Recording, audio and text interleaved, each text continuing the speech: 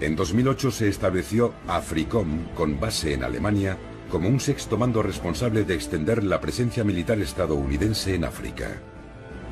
SOUTHCOM, con base en Miami, se reorganizó en 2010 para incrementar la presencia militar en Latinoamérica con bases y sistemas de vigilancia, programas antidroga y de contrainsurgencia para intervenir en manifestaciones de populismo radical, como se consideraba el caso de Venezuela. La Cuarta Flota se reactivó en 2008 por primera vez desde la Segunda Guerra Mundial. Ahora la Marina tiene 10 grupos de combate con portaaviones patrullando aguas internacionales. La Marina de Estados Unidos, una fuerza global para el bien. En 2011 Estados Unidos acaparó nada menos que el 78% de las ventas de armas en todo el mundo. Durante los años de Bush, el gasto del Pentágono se duplicó con creces hasta alcanzar los 700.000 millones de dólares.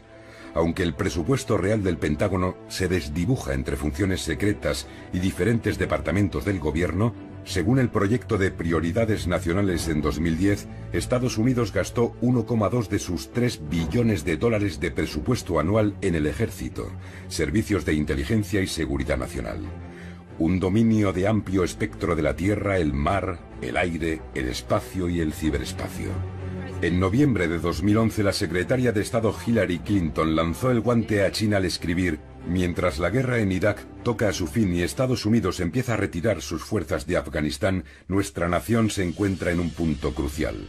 Cuando hablaba del siglo pacífico de Estados Unidos, se refería a un aumento sustancial de la presencia militar en la región Asia-Pacífico para contener a China. Desde las guerras del opio en el siglo XIX, China fue humillada una y otra vez por enemigos superiores. Gran Bretaña, Japón, Rusia, pero rechazó a Estados Unidos en Corea a principios de los años 50. China es una nación orgullosa y la segunda economía del mundo, un híbrido en parte estatal y en parte capitalista que ha sustituido a Estados Unidos como principal socio comercial en Asia. Pero en 1996 los líderes de Estados Unidos volvieron a humillar a los líderes chinos al amenazarlos con sus misiles nucleares durante un nuevo enfrentamiento por Taiwán. Con grandes intereses económicos y vías marítimas que proteger, China acometió la modernización de su ejército. En 2012 el Pentágono calculaba que el gasto militar de China ascendía a 160.000 millones de dólares, pero dada la opacidad del sistema chino, su presupuesto real se desconoce a día de hoy. Aunque solo tiene una base en el extranjero, su posición inflexible respecto a islas y territorios en disputa ricos en petróleo, gas y minerales en los mares del este y sur de China han llevado a un aumento de las tensiones con sus vecinos regionales. En el interior, su gobierno, comunista solo en el nombre, sigue manteniendo el inmovilismo político, decidido a imponer la modernización a toda costa y también a aplastar brutalmente cualquier tipo de disentimiento cada vez que se cuestiona su régimen unipartidista. Las democracias occidentales, mientras siguen comerciando con China, han condenado estas políticas en vano. Pero lo más preocupante es que China ha vuelto a atraer la ira de los radicales americanos antichinos, cuya animosidad se remonta a la era McCarthy. Se está fraguando un nuevo enfrentamiento. Estados Unidos ha vuelto a Asia en busca de nuevas alianzas, está reorganizando su flota y ha desplegado sus aviones de guerra más modernos en bases a distancia de ataque de China para 2017. Ha fortalecido sus alianzas militares con vecinos de China, sobre todo con Japón, Corea del Sur, Taiwán y Filipinas, y ha enviado 2.500 marines a Australia. Es el primer incremento de tropas a largo plazo en Asia desde Vietnam. Las ventas de 12.000 millones de dólares en armas de la administración Obama a Taiwán en 2010 y 2011 enfurecieron profundamente a los chinos, que han acusado a Estados Unidos de intentar rodearlos. El miedo de otros países a Estados Unidos no se debe subestimar. Como reconocía el fallecido politólogo conservador Samuel Huntington en 1996, Occidente ganó la guerra no por la superioridad de sus ideas, valores o religión, sino por su superioridad en la aplicación de la violencia organizada. Los occidentales a menudo olvidan este hecho. Los no occidentales nunca lo han olvidado. Los expertos en China progresistas temen que Estados Unidos esté empleando una vez más el guión de Truman de 1946 con la Unión Soviética en un intento de contener a China. y se da una vez más la misma situación de revulsión occidental ante la política interna de China. Pero esta vez, con $1 billón en bonos del Tesoro estadounidense en su poder, los chinos podrían poner en peligro la economía americana como los soviéticos nunca pudieron. El historiador Alfred McCoy expuso lo que realmente estaba en juego cuando escribió: para 2020, el Pentágono espera estar patrullando todo el planeta continua e incansablemente mediante un escudo espacial de 3 capas que alcanzaría desde la estratosfera a la exosfera y que operaría con drones armados con misiles ágiles. Ese triple escudo debería ser capaz de cegar a todo un ejército bloqueando las comunicaciones terrestres y los sistemas electrónicos de aviones y barcos. Pero como advierte McCoy, el espejismo de la invencibilidad tecnológica y del dominio total de la información ha fallado a naciones arrogantes en el pasado, como atestiguan los casos de Alemania en la Segunda Guerra Mundial y de Estados Unidos en Vietnam. Con trágica ironía, McCoy nos recuerda que el derecho de veto de letalidad global americano podría ser un nivelador ante una posible nueva pérdida de poder económico, y que el destino de Estados Unidos bien podría estar determinado por aquello que ocurra primero en este ciclo de un siglo. Un desastre militar causado por la ilusión del dominio de la tecnología, o un nuevo régimen tecnológico lo bastante poderoso para perpetuar el dominio global de Estados Unidos.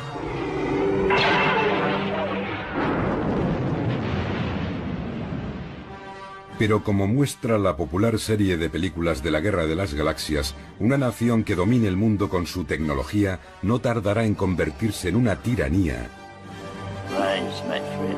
que será odiada por aquellos a los que tiraniza. China puede ser el primer nuevo imperio que surja en este mundo nuclearmente armado. Pero un imperio a la imagen de las versiones estadounidense o británica sería un desastre. El gran egocentrismo de los Han no sería mejor que el excepcionalismo americano.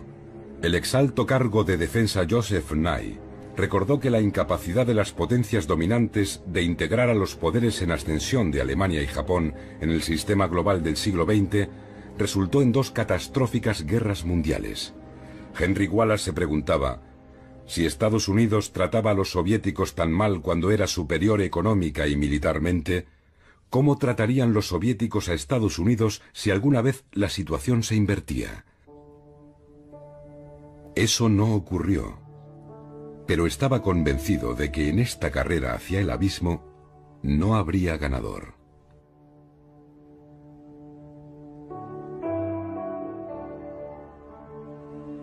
Según llegamos al final de esta serie, deberíamos preguntarnos con humildad, mirando atrás al siglo americano: ¿hemos actuado sabia y humanamente en nuestras relaciones con el resto del mundo? Un mundo en el que unos cientos, o 1000, o un par de miles de personas tienen más que los 3.000 millones más pobres. ¿Hemos hecho bien al erigirnos en la policía del planeta? ¿Hemos sido una fuerza a favor del bien, de la comprensión, de la paz? Tenemos que mirarnos al espejo. Quizá en nuestra autocomplacencia nos hemos convertido en los guardianes de nuestra propia desesperación. La pretensión de la victoria en la Segunda Guerra Mundial y la justificación del lanzamiento de la bomba atómica en Japón, aunque iba dirigida a la Unión Soviética, fueron los mitos fundadores de nuestra hegemonía y nuestro estado de seguridad nacional. Y las élites de la nación se han beneficiado de ello. La bomba nos ha permitido ganar a cualquier precio, lo que hace que, dado que ganamos, tengamos razón. Y dado que tenemos razón, somos buenos. Bajo estas condiciones, no hay otra moralidad que la nuestra. Como dijo la secretaria de Estado Madeleine Albright, si tenemos que usar la fuerza es porque somos Estados Unidos, somos la nación indispensable. Porque podemos amenazar, y hemos amenazado a la humanidad con la bomba, nuestros errores quedan perdonados y nuestras crueldades justificadas como aberraciones cometidas con buena intención. Pero la dominación no es duradera. 5 grandes imperios cayeron a lo largo de la vida de una persona nacida antes de la Segunda Guerra Mundial: el británico, el francés, el alemán, el japonés y el soviético, y 3 más a principios del siglo XX: el imperio ruso, el austrohúngaro y el otomano. Si la historia es un barómetro, la dominación de Estados Unidos también acabará. Tuvimos el buen criterio de evitar convertirnos en un imperio colonial, y la mayoría de los estadounidenses negaría tener cualquier tipo de pretensión imperial. Quizá por eso nos aferramos con tanta tenacidad al mito de la excepcionalidad americana, de la singularidad, la benevolencia, la generosidad americana. Puede que en esa quimera se encuentre la semilla de la redención americana, la esperanza de que Estados Unidos haga realidad esa visión que pareció estar al alcance de la mano en 1944, cuando Henry Wallace estuvo a punto de ser presidente, o en 1953 cuando murió Stalin y había un nuevo presidente en la Casa Blanca, o con JFK y Khrushchev en 1963, o con Bush y Gorbachev en el 89, o con Obama en 2008. La historia nos ha mostrado que la trayectoria de la bola podría haber sido diferente. Estas oportunidades volverán a presentarse de diferentes formas. ¿Estaremos preparados? Me viene a la memoria el telegrama que envió Franklin Roosevelt a Churchill el último día de su vida. Yo minimizaría el problema soviético todo lo posible, porque estos problemas, de una forma u otra, parecen surgir todos los días, y la mayoría se resuelven. Llevando calma a las situaciones de tensión, dejando que ocurran las cosas sin reaccionar exageradamente, intentando ver el mundo a través de los ojos de nuestros adversarios. Este camino pasa por comprender las necesidades de otros países con verdadera empatía y compasión, por confiar en la voluntad colectiva de este planeta de sobrevivir al próximo periodo y acabar con las amenazas de aniquilación nuclear y calentamiento global. ¿No podemos renunciar a nuestra excepcionalidad y nuestra arrogancia? ¿No podemos dejar de hablar ya de nuestro poder? ¿Podemos dejar de pedir a Dios que bendiga a América por encima de las demás naciones? Los intransigentes y los nacionalistas se opondrán, pero el suyo ha demostrado no ser el camino. Una joven me dijo en los años 70, tenemos que feminizar el planeta. Entonces me pareció extraño, pero ahora comprendo que hay poder en el amor, verdadero poder en el verdadero amor. Busquemos la forma de volver a respetar la ley, no la de la selva, sino la ley de la civilización, por la que al principio nos unimos y dejamos a un lado nuestras diferencias para proteger las cosas que importan. Heródoto escribió en el siglo V a.C. La primera historia se escribió con la esperanza de evitar que se pierda el recuerdo de lo que los hombres han sido.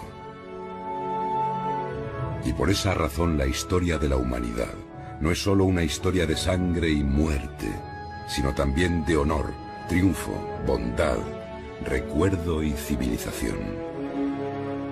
Hay un camino para avanzar, recordar el pasado. Y desde ahí podremos emprender paso a paso, como un bebé, el camino hacia las estrellas. Porque en última instancia, nuestro vínculo común más básico es que todos habitamos este pequeño planeta. Todos respiramos el mismo aire.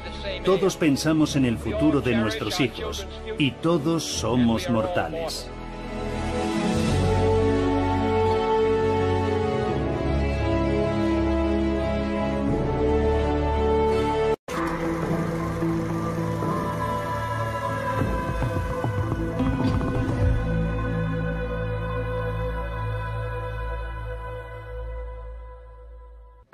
Oliver Stone, la historia no contada de Estados Unidos. Una nación que continúa año tras año, gastando más dinero en defensa militar que en programas de mejoras sociales, avanza hacia la muerte espiritual.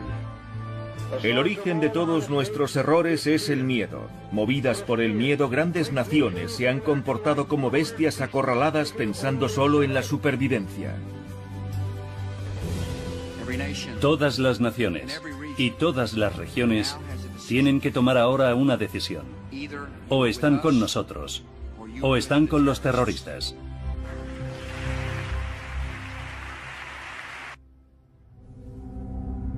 Para la mayoría de los estadounidenses, el 11 de septiembre fue una terrible tragedia. Para George Bush y Dick Cheney también, pero además fue la oportunidad de llevar a cabo los planes que sus aliados neoconservadores llevaban décadas trazando.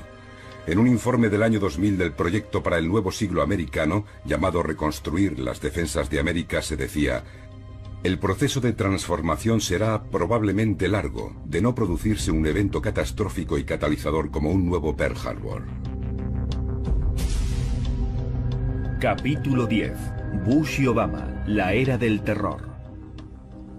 Al-Qaeda, a su entender, les había dado aquel Pearl Harbor. Y pocos minutos después del ataque, el equipo de Bush entró en acción. Con Bush en Florida, el vicepresidente Cheney y su asesor legal David Addington tomaron el mando, argumentando que el presidente, como comandante en jefe en tiempos de guerra, podía actuar en la práctica fuera de los límites de la ley. El 12 de septiembre, ya con la vista puesta más allá de Al-Qaeda y el grupo de Bin Laden en Afganistán, Bush, de vuelta en Washington, dio instrucciones al director del grupo de antiterrorismo Richard Clark. Averigua si Saddam ha hecho esto. Averigua si ha tenido alguna relación. Todo era Irak, Saddam, averígualo y llámame. ¿Y qué le dijeron aquel día el secretario de Defensa Donald Rumsfeld y su adjunto Paul Wolfowitz? Bueno, Donald Rumsfeld, cuando hablamos de bombardear la infraestructura de Al-Qaeda en Afganistán, me dijo: no hay buenos objetivos en Afganistán. Vamos a bombardear Irak. Y le dijimos: pero Irak no tiene nada que ver con esto. Y no pareció darle mucha importancia. De hecho, el 11 de septiembre, Donald Rumsfeld ya había dispuesto planes de ataque contra Irak.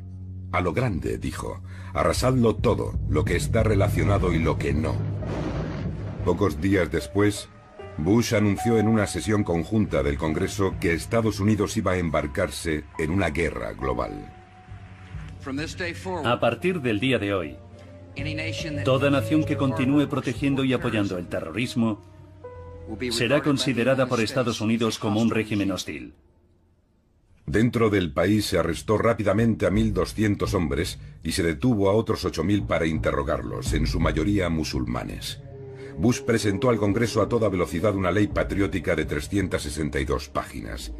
Los senadores no tuvieron tiempo de leerla y aún menos de discutirla. Solo el senador por Wisconsin, Russ Feingold, votó en contra, insistiendo en que preservar nuestra libertad es una de las principales razones de que estemos metidos en esta nueva guerra contra el terrorismo. Y perderemos esa guerra antes de hacer un solo disparo, si sacrificamos las libertades del pueblo americano.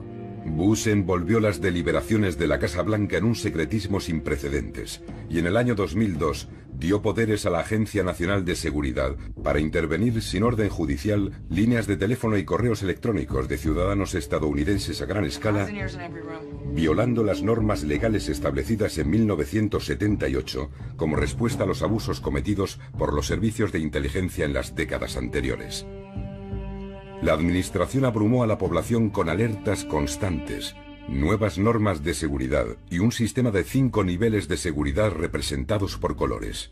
En ocasiones este sistema fue manipulado políticamente por Rumsfeld y el fiscal general John Ashcroft, y en 2005 Tom Ridge se vio obligado a dimitir debido a las presiones. Los objetivos terroristas potenciales pasaron de 160 en 2003 a más de 300.000 en los 4 años siguientes. Por extraño que parezca, Indiana estaba a la cabeza con 8.600 objetivos potenciales en 2006. La base de datos nacional incluía zoológicos infantiles, tiendas de donuts, puestos de palomitas, heladerías y el desfile del Día de la Mula en Columbia, Tennessee. La irrealidad de la época siguió acrecentándose. Al principio de la Segunda Guerra Mundial, Franklin Roosevelt había advertido que la guerra cuesta dinero, y eso significa impuestos y bonos, y más impuestos. Significa suprimir los lujos y lo que no sea esencial. Pero Bush redujo los impuestos de los poderosos y dijo a los estadounidenses: vuelen y disfruten de los grandes destinos turísticos de Estados Unidos. Llévense a sus familias y disfruten de la vida. Irónicamente, fue el gran adalid de la Guerra Fría, Savignac Brzezinski, quien en 2007 criticaba a Bush. 5 años de casi continuo lavado de cerebro de la nación. ¿Dónde está el líder de Estados Unidos dispuesto a decir: ya basta de histeria, basta de paranoia? Incluso ante futuros ataques terroristas cuya probabilidad es innegable, mostremos algo de sentido común. Seamos fieles a nuestras tradiciones. El terrorismo, insistió una y otra vez, era una táctica, no una ideología, y declarar la guerra una táctica carecía del menor sentido. Tenemos que detener el terror. Llamo a todas las naciones a que hagan todo cuanto puedan por detener a estos asesinos terroristas. Gracias. Y ahora verán qué trae. Pero el verdadero peso de la cruzada global de Bush se sentiría en el extranjero. Menos de un mes después de los ataques terroristas, Estados Unidos invadía Afganistán, aparentemente para destruir a algunos de los islamistas fanáticos que nosotros mismos habíamos ayudado a armar y entrenar para derrotar a los soviéticos 2 décadas atrás. Los críticos de la guerra señalaron después que no había afganos entre los 19 secuestradores del 11 de septiembre, 15 de los cuales eran saudíes, y que los errores de Estados Unidos habían permitido a Osama Bin Laden y otros líderes de Al-Qaeda escapar a Pakistán a principios de diciembre. La CIA sí capturó a miles de sospechosos en Afganistán y otros países. Aunque Estados Unidos siempre había considerado su trato humanitario a los prisioneros de guerra como una prueba de superioridad moral, la administración Bush tachó a los detenidos de combatientes enemigos fuera de la ley. Eliminó las vistas sobre el terreno requeridas y les negó el derecho a las normas de trato a prisioneros establecidas por la Convención de Ginebra en 1949. Cuando otros gobiernos criticaron su proceder, Bush dio marcha atrás con los sospechosos talibanes, pero se negó a cambiar su política respecto a los combatientes de Al-Qaeda. De hecho, dijo: me da igual lo que digan los abogados internacionales, vamos a darles lo suyo. Estados Unidos transportó en aviones a un número indeterminado de detenidos a agujeros negros en países como Tailandia, Polonia, Rumanía o Marruecos, donde se practicaban la tortura y otras técnicas duras de interrogatorio. Cientos de detenidos más fueron recluidos en la base naval estadounidense de la bahía de Guantánamo, en Cuba.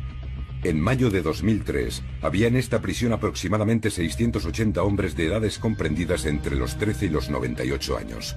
Solo un 5% habían sido capturados por tropas americanas. Más de un 80% habían sido entregados, a menudo a cambio de recompensas, por una combinación de milicias de los señores de la guerra afganos y cazarrecompensas afganos y pakistaníes. Según fuentes del gobierno, solo un 8% eran combatientes de Al-Qaeda. 600 han sido liberados, 6 condenados y según el gobierno 9 han muerto, casi todos ellos por suicidio. La portada del dominical del New York Times del 5 de enero de 2003 rezaba: «El imperio americano vaya acostumbrándose». Bush era obviamente un hombre con una visión del mundo atrevida. En su juventud había mostrado su lado transgresor, ahora iba a superar a su sobresaliente padre yendo más allá de las leyes de las naciones. La guerra de 8 años dio la razón a los que vaticinaban un desastre. La sociedad iraquí quedó hecha pedazos. Igual que Vietnam, pervirtió a Estados Unidos polarizándolo aún más, mientras los costos y las víctimas aumentaban en ambos bandos. Y a pesar de todo, Bush ganó las elecciones de 2004 con una llamada sin rodeos a redoblar el fervor patriótico. En 2008, cuando Bush dejó el cargo con los índices de popularidad más bajos desde Harry Truman, había fracasado rotundamente en 2 guerras, así como en el auxilio federal a Nueva Orleans tras el huracán Katrina. Lo más importante a ojos de la opinión pública era que había gestionado mal la economía del país, que estuvo a punto de hundirse en 2008, poniendo la presidencia en manos de los demócratas. Su sucesor, Barack Hussein Obama, hijo de padre negro keniano y madre blanca de Kansas, criado en Indonesia y Hawái, se convirtió a los 47 años en presidente de los Estados Unidos, reavivando grandes esperanzas de cambio. Sus palabras y su actitud representaban el otro lado de Estados Unidos: constitucional, humanista, global, medioambiental. Obama se había manifestado en contra de la guerra de Irak. A lo que me opongo es a una guerra estúpida. Financiado por una multitud de pequeños contribuyentes a través de Internet, venció por sorpresa a la sólidamente financiada favorita del partido, Hillary Clinton, en las primarias. Ahora se enfrentaba a un exmilitar, el conservador John McCain, en las elecciones presidenciales. El viento soplaba a favor de Obama. Quizá desde los tiempos de Roosevelt a principios de los años 30 no se había visto una ira popular tan intensa contra Wall Street y las guerras innecesarias del imperio. Pero entonces ocurrió algo inesperado. Obama incumplió una promesa hecha anteriormente y se convirtió en el primer candidato a unas elecciones presidenciales que rechazó la financiación pública a favor de la financiación privada sin límites. McCain, que optó por la alternativa pública, se vio sobrepasado en gasto en un 100%. En este periodo Obama se volvió discretamente hacia grandes financiadores de Wall Street con profundos bolsillos como JP Morgan, Goldman Sachs y Citigroup, así como a General Electric y otros contratistas de defensa, gigantes informáticos y grandes compañías farmacéuticas que después de años apoyando a los republicanos dieron a Obama 3 veces más que a McCain. Pocos partidarios de Obama protestaron en aquel momento. Su victoria en las elecciones fue aplaudida en todo el mundo. Habían surgido unos nuevos Estados Unidos. Aunque los conservadores tacharon absurdamente a Obama de socialista, al final el gran ganador de las elecciones resultó ser Wall Street. Obama recuperó al mismo equipo económico que durante el mandato de Clinton tanto había hecho por la desregulación de la economía. El New York Times se refirió a ellos como una constelación de rubinitas, acólitos del secretario del Tesoro más poderoso de las últimas décadas, Robert Rubin. Después de estar a punto de hundir la economía mundial con espectaculares innovaciones en apalancamientos y especulación, varios gigantes bancarios, compañías de seguros y prestamistas hipotecarios, tras profetizar el colapso de la economía global si ellos quebraban, en otras palabras, eran demasiado grandes para caer, aceptaron encantados un rescate de 700.000 millones de dólares en condiciones muy ventajosas. Además, el Consejo de la Reserva Federal rebajó a los bancos el tipo de interés a un 0%. Llegó a ser casi antipatriótico en aquel momento cuestionar lo acertado de esos rescates financieros, pero había quienes se preguntaban si no se podía simplemente dejar quebrar las entidades financieras más enfermas. ¿No se podía hacer que estos gigantes se enfrentasen al valor de mercado real de sus activos tóxicos? La opinión pública clamaba venganza. Era uno de esos momentos en la trastienda de la depresión como los que había ilustrado Frank Capra. You sit there back of your big cigars and think of deliberately killing an idea that's made millions of people a little bit happier. An idea that's brought thousands of them here from all over the country, by bus and by freight and jalopies and on foot, so they could pass on to each other their own simple little experiences. Why, look, I'm just a mug and I know it, but I'm beginning to understand a lot of things. Why, your type's as old as history. If you can't lay your dirty fingers on a decent idea and twist it and squeeze it and stuff it into your own pocket, you slap it down. Like dogs, if you can't eat something, you bury it. El expresidente de la Reserva Federal, Paul Volcker, urgió a Obama a actuar. Ahora mismo, mientras tiene la oportunidad y ellos el pecho descubierto, tiene que clavar una lanza en el corazón de todos esos tipos de Wall Street, que desde hace años no son más que comerciantes de deuda. Pero eso no ocurrió. El rescate fue aprobado a la fuerza por un Congreso presa del pánico y los medios lo aplaudieron. El Tesoro no hizo ninguna exigencia inmediata a los banqueros de que dedicaran ese dinero a nuevos créditos para empresas o ciudadanos, ni siquiera de que recortasen sus compensaciones personales. Y tampoco exigió que los accionistas o titulares de bonos asumieran parte de sus pérdidas. Los contribuyentes pagarían el rescate ellos solos. Con el tiempo, los grandes perjudicados serían trabajadores, pensionistas, ancianos con ahorros, propietarios de viviendas, estudiantes con créditos y todos aquellos, sobre todo afroamericanos, que perdieron su trabajo por un creciente problema estructural de desempleo. Para muchos simplemente desapareció una breve oportunidad de cumplir el proverbial sueño americano, ser parte de la clase media. El mito de la movilidad social se derrumbó. Los banqueros o banksters, como se los bautizó durante la Gran Depresión de los años 30, habían hablado de reducciones voluntarias, pero recibieron unas compensaciones personales récord durante los 2 años siguientes. Mientras en 2010 los directores ejecutivos ganaban en Gran Bretaña y Canadá 20 veces más que el empleado medio y en Japón 11 veces más, en Estados Unidos ganaban 343 veces más que el empleado medio.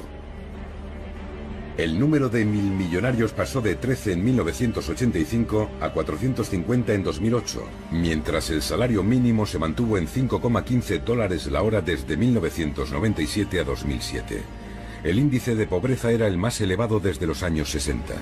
El patrimonio neto de la familia estadounidense media cayó casi un 40%, de $126.000 en 2007 a $77.000 en 2010. En 2011 el 1% más rico tenía más dinero que el 90% más pobre. La rabia popular se catalizó en el movimiento Occupy Wall Street, un tipo de protesta que no se había visto desde los años 30. El derechista Tea Party expresó un tipo de ira diferente, alimentada por grupos de presión política como Americanos por la Prosperidad, financiado en gran medida por los hermanos milmillonarios conservadores Charles y David Koch. El aturdido pueblo estadounidense, sin saber a quién culpar por la persistente penuria económica, concedió una victoria arrolladora a los republicanos en las elecciones legislativas de 2010. Pero en Washington, cada vez más paralizado, reinaba la confusión. Obama, que había llegado a la presidencia en medio de la euforia, ahora caminaba por la cuerda floja, evitando errores fatales, pero incapaz de traer esperanza o cambio.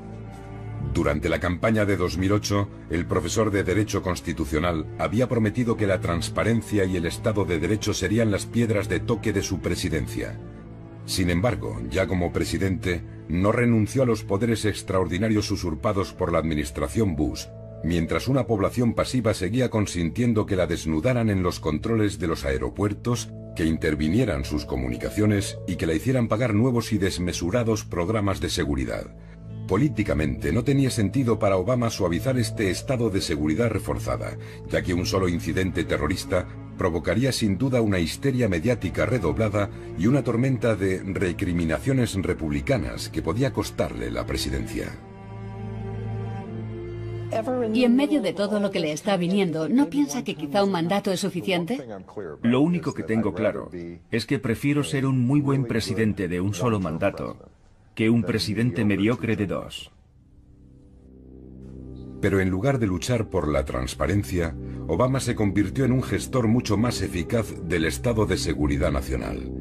Como Bush, invocó repetidas veces el secreto de Estado en procesos legales relacionados con torturas, rendiciones extraordinarias y vigilancias ilegales de la Agencia de Seguridad Nacional.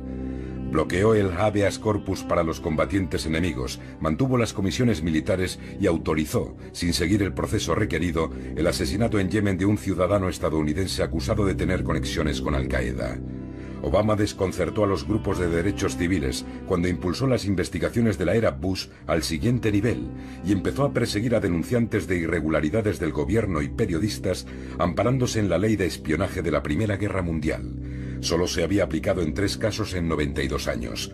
Obama inició 6 casos de dudosa justificación en los que la mayoría de los acusados alegaron que habían expuesto actividades ilegales en el gobierno. El caso más conocido fue el de Bradley Manning, un analista de inteligencia del ejército en Irak que filtró más de 260.000 cables diplomáticos e informes de guerra clasificados, así como vídeos que distribuyó Wikileaks, una organización sin ánimo de lucro de denuncia de prácticas ilegales. Estas revelaciones de crímenes de guerra estadounidenses en Irak y Afganistán y del apoyo americano a regímenes dictatoriales de la región resultó ser un catalizador significativo para los levantamientos de la primavera árabe en Egipto, Túnez, Yemen, Libia y Bahrein. Pero la administración Obama ha limitado gravemente la operatividad de Wikileaks y amenaza con procesar a su cofundador. Estas acciones son un claro mensaje a todos los que piensan en denunciar ilegalidades. Comete crímenes de guerra como Bush o Cheney y no te pasará nada. Expónlos y puedes perder tu carrera, hacer frente a elevadas multas o, como Manning, pudrirte en la cárcel. Uno de los principales defensores de las nuevas normas de conducta, Jack Goldsmith, exdirector de la Oficina de Asuntos Legales de Bush, tranquilizó a Cheney y otros conservadores inquietos en un artículo en el que decía que Obama era como Nixon cuando fue a China. Los cambios que ha hecho están destinados a fortalecer el programa de Bush a largo plazo. Era un nuevo mundo en la sombra. En 2010 el Washington Post lo llamó una geografía alternativa de Estados Unidos, una América de alto secreto oculta a los ojos del público. Casi 1,5 millones de personas tenían permisos de alta seguridad. Existían más de 3.000 organizaciones de seguridad gubernamentales y privadas. La Agencia de Seguridad Nacional interceptaba y almacenaba cada día 1.700 millones de correos electrónicos y comunicaciones. El comentarista político y abogado constitucionalista Glenn Greenwald describió mejor que nadie este cambio verdaderamente radical de nuestro mundo cuando escribió: el núcleo de las garantías de la justicia occidental desde la Carta Magna estaba codificado en Estados Unidos en la 5ª enmienda a la Constitución. No se privará a persona alguna de la vida, la libertad o la propiedad sin el debido proceso legal. Bien podría haber añadido la 4ª enmienda a la Constitución, el derecho a la intimidad y a la protección contra pesquisas o aprehensiones arbitrarias. Sin el debido proceso legal, ni el derecho a la privacidad, en esencia todos estamos viviendo a merced del estado de la vigilancia, y todo ello en el nombre de la defensa ante una amenaza terrorista desproporcionadamente exagerada. La política exterior de Obama parecía más razonable que la de Bush. Repudiaba el unilateralismo y la política de ataque preventivo que tanto había indignado a la opinión pública internacional. Pero el objetivo, conseguir el dominio global de Estados Unidos, difería muy poco, e incluso los medios eran decepcionantemente similares. En 2011, el antiguo director de la Agencia Nacional de Seguridad y la CIA de Bush, el general Michael Hayden, se complacía en la poderosa continuidad entre dos presidentes enormemente diferentes, diciendo que los estadounidenses han encontrado una cómoda línea de centro por la que aceptan lo que está haciendo su gobierno. Él lo llamaba un consenso práctico. Dada su falta de experiencia en política internacional, Obama se rodeó de asesores duros. Entre ellos, un remanente de la era Bush, el secretario de Defensa Robert Gates, un radical de la CIA de Bill Casey de los años 80. Hillary Clinton, como secretaria de Estado, era igualmente dura. En uno de sus primeros discursos, presentó una versión de la historia de Estados Unidos saturada de franco-triunfalismo y amnesia histórica. Así que lo diré claramente. Estados Unidos puede ser, debe ser y será el líder en este nuevo siglo. La Tercera Guerra Mundial que tantos temían no llegó, y muchos millones de personas han salido de la pobreza y han ejercido sus derechos humanos por primera vez. Estos han sido los beneficios de la arquitectura global forjada a lo largo de muchos años por líderes americanos de ambos partidos políticos. Sería difícil encontrar a los millones de muertos en las muchas décadas de injerencia americana en sus países y preguntarles su opinión. Los pueblos de Hiroshima y Nagasaki, Filipinas, Centroamérica, Grecia, Irán, Brasil, Cuba, el Congo, Indonesia, Vietnam, Camboya, Laos, Chile, Timor Oriental, Irak y Afganistán, entre otros. En Afganistán, Obama superó a Bush al calificarla de una guerra de necesidad. Cuando a finales de 2009 le presionaron para que enviara más tropas, se resistió. Un asesor militar le dijo entonces: "No sé cómo va a desafiar a la cadena militar", dando a entender que el alto mando podría dimitir como señal de protesta. El director de la CIA, Leon Panetta, le dijo: "Ningún presidente democrático puede ir en contra del Consejo Militar, especialmente si lo ha pedido, así que hágalo", le aconsejó. Haga lo que dicen. Cuando hubo que tomar la decisión, Obama no mostró el valor de John Kennedy. En diciembre anunció el envío de 30.000 soldados más, llegando casi a un total de 100.000. Más o menos el mismo volumen de tropas que habían desplegado los soviéticos en su desastrosa invasión de Afganistán. Anunció el nuevo envío de tropas en West Point y recordó a los cadetes que Estados Unidos había invadido Afganistán porque había ofrecido protección a Al-Qaeda. Pero olvidó mencionar que la mayor parte de los preparativos del 11 de septiembre no se habían realizado en Afganistán, sino en pisos en Alemania y España y en academias de vuelo en Estados Unidos. Y también que solo quedaban en Afganistán entre 50 y 100 de los 300 mandos intermedios de Al-Qaeda, la mayoría de los cuales se había refugiado en Pakistán, un aliado. Que el presidente que estaba manteniendo dos guerras recibiese el Premio Nobel de la Paz el mismo mes fue como mínimo surrealista. Pero cuando el mundo oyó la defensa que hizo Obama del unilateralismo americano y la intervención preventiva, el valor del premio se devaluó como cuando lo recibió Kissinger 36 años atrás. Creo que los Estados Unidos de América deben seguir siendo el portaestandarte de la conducta en la guerra. Eso es lo que nos hace diferentes de aquellos que combatimos. Obama temía acabar empantanado en Afganistán como le había ocurrido a Johnson en Vietnam. Lo que necesitaban los atrasados, paupérrimos y mayoritariamente analfabetos afganos era ayuda económica, educación y reforma social. Estados Unidos gastó 110.000 millones de dólares en programas militares en 2011, pero solo 2.000 millones en desarrollo sostenible. Con la avalancha de dólares, inundándolo todo, como en Vietnam, la corrupción alcanzó proporciones épicas. La desconfianza entre los supuestos aliados de la OTAN y afganos era absoluta. El presidente Hamid Karzai, apoyado por Estados Unidos, declaró que apoyaría a Pakistán si declaraba la guerra a Estados Unidos. En 2012, soldados y policías afganos estaban matando a soldados americanos con tanta asiduidad que cada vez había que mantener más separadas a las tropas. Mientras tanto, las consumidas y desmoralizadas tropas americanas abandonaron Irak en diciembre de 2011. Cerca de 4.500 soldados estadounidenses no volvieron. Más de 32.000 resultaron heridos, muchos de gravedad. De los iraquíes se han calculado entre 150.000 y más de 1 millón de víctimas mortales.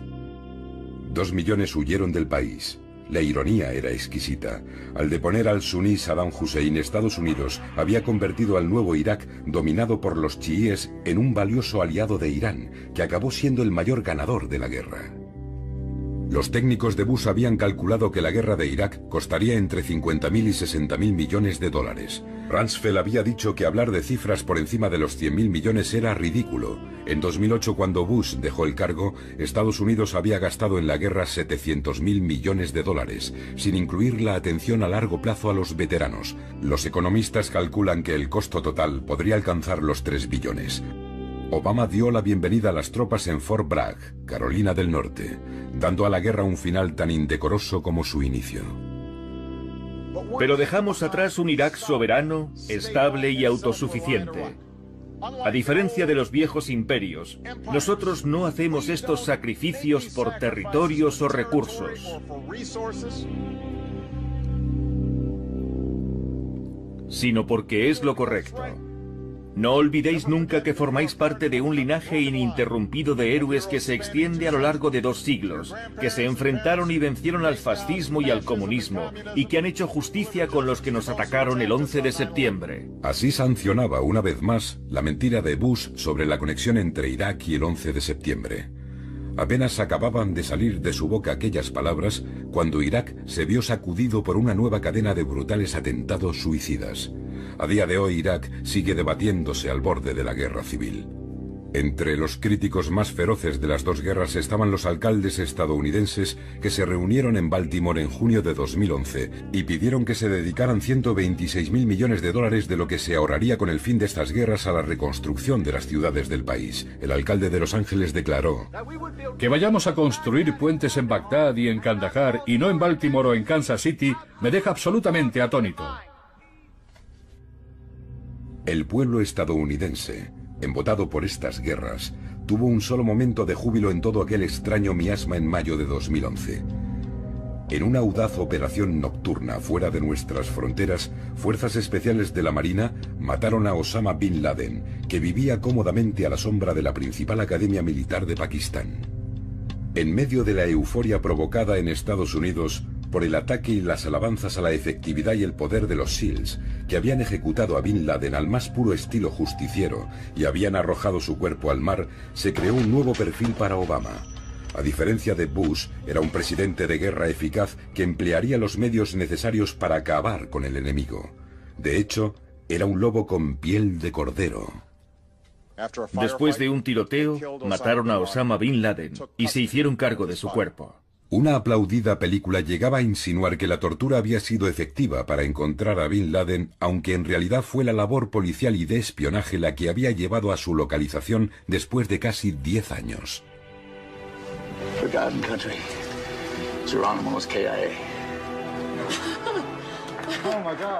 A pesar de todo, la capacidad de Estados Unidos para la autocomplacencia había vuelto a florecer. Y nadie se molestó en discutir por qué no se había traído a Bin Laden herido para encarcelarlo y procesarlo, como Estados Unidos había hecho en Nuremberg, donde los responsables nazis fueron desenmascarados y desmitificados. Pero un juicio era lo que menos deseaba la mayoría de los americanos. Quien acepta la tortura puede tolerar a los justicieros. Pero ¿quién fue el verdadero vencedor en todo esto? Tras un gasto estimado de billones de dólares en 2 guerras, cientos de miles de muertos en todo el mundo y una interminable guerra contra el terror, la pérdida de libertades civiles y de la confianza en la presidencia y el casi colapso de la estructura económica del imperio, un observador neutral diría, en el mejor de los casos, que Estados Unidos había obtenido una victoria pírrica en la que las pérdidas habían quitado todo valor a lo ganado. Bin Laden, con su visión retorcida de un nuevo califato, estaba muerto. pero había conseguido mucho más de lo que jamás soñó. Había provocado al mayor y más poderoso imperio de la historia a revelar lo peor de su naturaleza. Y como el mago de Oz, ahora no parecía tan todopoderoso. Who are you? Oh, I am the great and powerful Wizard of Oz. El martirio de Bin Laden a ojos de sus seguidores le hacía merecedor de un lugar en los libros de historia como un catalizador que debilitó y quizá ayudó a destruir el viejo orden mundial. Algunos lo llamarán el Aníbal o el Atila del Imperio Romano, el Robespierre del viejo orden francés, Lenin para la Rusia zarista, incluso un moderno Hitler para el Imperio Británico que se hundió tras su muerte. Bin Laden ya no existía, pero ¿qué iba a hacer ahora Estados Unidos? Aún atormentado por sus demonios, volvió la vista hacia China como una nueva amenaza y siguió tratando a Rusia como si siguiera siéndolo, además de mantener a Irán, Corea del Norte y Venezuela como amenazas regionales. En busca de una forma más eficiente e higiénica de hacer la guerra, en 2012 Obama anunció un recorte de un 14% en la fuerza numérica de infantería que se compensaría con un creciente énfasis en el espacio exterior y el ciberespacio. Utilizado por primera vez como aviones espía en Vietnam, el dron, ahora equipado con misiles, se estaba convirtiendo en el nuevo rostro de la guerra y en el arma preferida de Obama, que empezó a seleccionar personalmente a los que entraban en la lista de ejecuciones. Hasta el 11 de septiembre Estados Unidos se había opuesto a las muertes selectivas extrajudiciales por parte de otras naciones y había condenado, por ejemplo, los ataques de Israel contra palestinos. Pero en 2012 la Fuerza Aérea y la CIA estaban desplegando una flota de 7.000 drones que operaban sobre todo en Afganistán, Irak y Pakistán. En 2009 Obama extendió su uso a Yemen, donde había menos de 300 militantes islamistas. A mediados de 2012 se habían convertido en más de 1.000, mientras los constantes ataques de drones estadounidenses enfurecían cada vez más a los yemeníes. En 2012 Obama añadió a la lista de los drones a los partidarios de Gaddafi en Libia y a los rebeldes islámicos de Filipinas y Somalia. Las repercusiones de esta nueva forma de guerra aún están por ver. El número de víctimas civiles de estos ataques son ferozmente discutidos entre el gobierno y varias organizaciones de defensa de los derechos humanos. Cuando el juez preguntó al terrorista de Times Square nacido en Pakistán si no le importaba que pudieran morir mujeres y niños inocentes, respondió que los drones de Estados Unidos estaban matando asiduamente a mujeres y niños en Afganistán y Pakistán. Se había descubierto el pastel y en 2012 más de 50 países, unos amigos, otros hostiles a Estados Unidos, habían comprado drones. Israel, Rusia, India e Irán declaraban haber fabricado ya aparatos con capacidad de ataque. Pero el programa más dinámico era el de China. Como con la bomba nuclear, había comenzado una nueva carrera armamentista. Bush había continuado con el establecimiento de bases de la OTAN cada vez más cerca de Rusia, rompiendo así la promesa hecha por su padre a Gorbachov. Obama expandió la OTAN a Albania y Croacia. Y a pesar de haber abandonado 500 bases en Irak, la administración Obama, además de unas 6.000 bases en Estados Unidos, mantiene cerca de 1.000 más repartidas por todo el planeta. A finales de 2007, Estados Unidos tenía presencia militar, según el profesor de Stanford, Chalmers Johnson, en 151 de los 192 países miembros de las Naciones Unidas.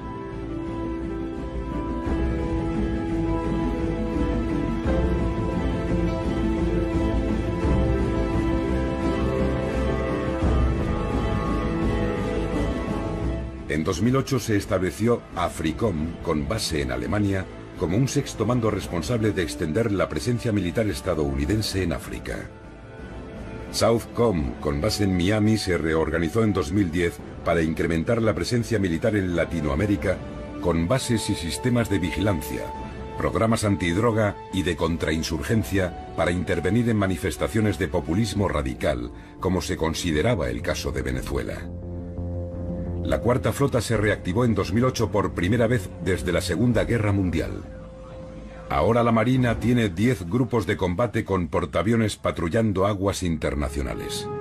La Marina de Estados Unidos, una fuerza global para el bien. En 2011 Estados Unidos acaparó nada menos que el 78% de las ventas de armas en todo el mundo. Durante los años de Bush, el gasto del Pentágono se duplicó con creces hasta alcanzar los 700.000 millones de dólares. Aunque el presupuesto real del Pentágono se desdibuja entre funciones secretas y diferentes departamentos del gobierno, según el proyecto de prioridades nacionales en 2010, Estados Unidos gastó 1,2 de sus 3 billones de dólares de presupuesto anual en el ejército, servicios de inteligencia y seguridad nacional.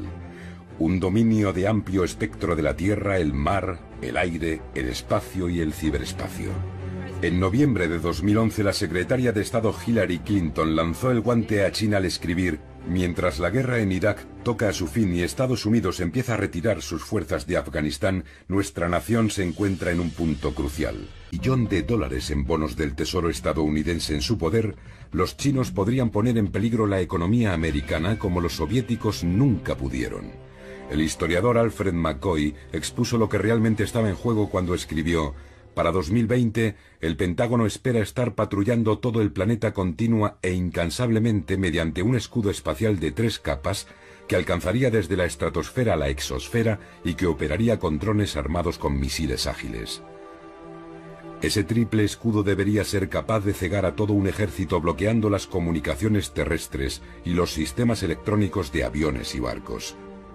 Pero como advierte McCoy, el espejismo de la invencibilidad tecnológica y del dominio total de la información ha fallado a naciones arrogantes en el pasado, como atestiguan los casos de Alemania en la Segunda Guerra Mundial y de Estados Unidos en Vietnam. Con trágica ironía, McCoy nos recuerda que el derecho de veto de letalidad global americano podría ser un nivelador ante una posible nueva pérdida de poder económico, y que el destino de Estados Unidos bien podría estar determinado por aquello que ocurra primero en este ciclo de un siglo. Un desastre militar causado por la ilusión del dominio de la tecnología o un...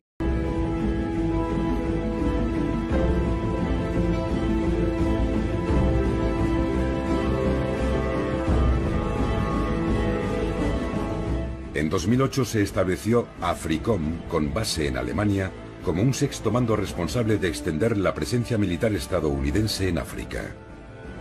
Southcom, con base en Miami, se reorganizó en 2010 para incrementar la presencia militar en Latinoamérica con bases y sistemas de vigilancia, programas antidroga y de contrainsurgencia para intervenir en manifestaciones de populismo radical, como se consideraba el caso de Venezuela. La Cuarta Flota se reactivó en 2008 por primera vez desde la Segunda Guerra Mundial. Ahora la Marina tiene 10 grupos de combate con portaaviones patrullando aguas internacionales. La Marina de Estados Unidos, una fuerza global para el bien. En 2011 Estados Unidos acaparó nada menos que el 78% de las ventas de armas en todo el mundo. Durante los años de Bush, el gasto del Pentágono se duplicó con creces hasta alcanzar los 700.000 millones de dólares. Aunque el presupuesto real del Pentágono se desdibuja entre funciones secretas y diferentes departamentos del gobierno, según el proyecto de prioridades nacionales en 2010, Estados Unidos gastó 1,2 de sus 3 billones de dólares de presupuesto anual en el ejército, servicios de inteligencia y seguridad nacional. Un dominio de amplio espectro de la tierra, el mar, el aire, el espacio y el ciberespacio. En noviembre de 2011, la secretaria de Estado Hillary Clinton lanzó el guante a China al escribir: mientras la guerra en Irak toca a su fin y Estados Unidos empieza a retirar sus fuerzas de Afganistán, nuestra nación se encuentra en un punto crucial. Cuando hablaba del siglo pacífico de Estados Unidos, se refería a un aumento sustancial de la presencia militar en la región Asia-Pacífico para contener a China. Desde las guerras del opio en el siglo XIX, China fue humillada una y otra vez por enemigos superiores. Gran Bretaña, Japón, Rusia, pero rechazó a Estados Unidos en Corea a principios de los años 50. China es una nación orgullosa y la segunda economía del mundo, un híbrido en parte estatal y en parte capitalista que ha sustituido a Estados Unidos como principal socio comercial en Asia. Pero en 1996 los líderes de Estados Unidos volvieron a humillar a los líderes chinos al amenazarlos con sus misiles nucleares durante un nuevo enfrentamiento por Taiwán. Con grandes intereses económicos y vías marítimas que proteger, China acometió la modernización de su ejército. En 2012 el Pentágono calculaba que el gasto militar de China ascendía a 160.000 millones de dólares, pero dada la opacidad del sistema chino, su presupuesto real se desconoce a día de hoy. Aunque solo tiene una base en el extranjero, su posición inflexible respecto a islas y territorios en disputa ricos en petróleo, gas y minerales en los mares del este y sur de China han llevado a un aumento de las tensiones con sus vecinos regionales. En el interior, su gobierno, comunista solo en el nombre, sigue manteniendo el inmovilismo político, decidido a imponer la modernización a toda costa y también a aplastar brutalmente cualquier tipo de disentimiento cada vez que se cuestiona su régimen unipartidista. Las democracias occidentales, mientras siguen comerciando con China, han condenado estas políticas en vano. Pero lo más preocupante es que China ha vuelto a atraer la ira de los radicales americanos antichinos, cuya animosidad se remonta a la era McCarthy. Se está fraguando un nuevo enfrentamiento. Estados Unidos ha vuelto a Asia en busca de nuevas alianzas, está reorganizando su flota y ha desplegado sus aviones de guerra más modernos en bases a distancia de ataque de China para 2017. Ha fortalecido sus alianzas militares con vecinos de China, sobre todo con Japón, Corea del Sur, Taiwán y Filipinas, y ha enviado 2.500 marines a Australia. Es el primer incremento de tropas a largo plazo en Asia desde Vietnam.